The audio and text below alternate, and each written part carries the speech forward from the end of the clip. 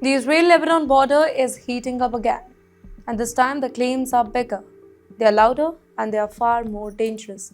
Welcome to TimesXP's War Report with me, Thriti Yatri. And now Hezbollah says that it has launched a massive wave of missiles and rocket attacks, and that too not near just the border, but deep inside Israel. Targets, they claim, include sensitive military locations in and around Tel Aviv, including the Kiryat Defense Military Complex, and that is one of the most secured zones in Israel. And if that is true, then this would mark a major escalation. But here's what we know so far. Sirens, they were heard. Rockets were launched from southern Lebanon, and Israel's air defense systems were activated within seconds. Interceptors lit up the night sky. Most of the incoming rockets, according to Israeli reports, they were stopped mid-air. But even when interception succeeded, the fear on the ground, that's real. After the interception, emergency teams, they rushed in. Security forces spread across multiple areas, and civilians were once again pushed into shelters. And now comes Hezbollah's biggest claim. They say that this was not a single attack, but a coordinated wave of their operation. Up to 87 strikes, and that too just in one day. Can you think about the number here? Multiple targets, multiple directions, a constant barrage designed to overwhelm. And it doesn't stop there.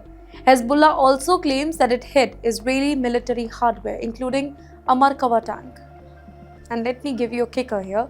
That is one of the most advanced battle tanks in the world. They say at least 21 attacks were carried out on armored unit. A message that the battlefield is no longer limited to rockets, but direct ground pressure as well. However, let's flip the script. Israel is telling a totally different story here. Officials confirm that soldiers, they are injured, but they stress that most of the rockets, they were intercepted.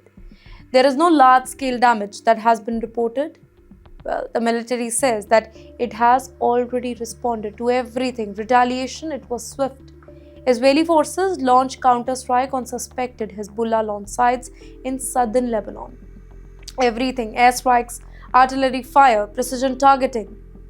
The goal, that was to shut down the next wave before it even begins. And here's where the whole situation becomes even more dangerous. This is no longer a single exchange. It's a cycle. Strike, response, counter-strike, and then repeat. Now, inside central Israel, specifically around Tel Aviv, alert levels remain high.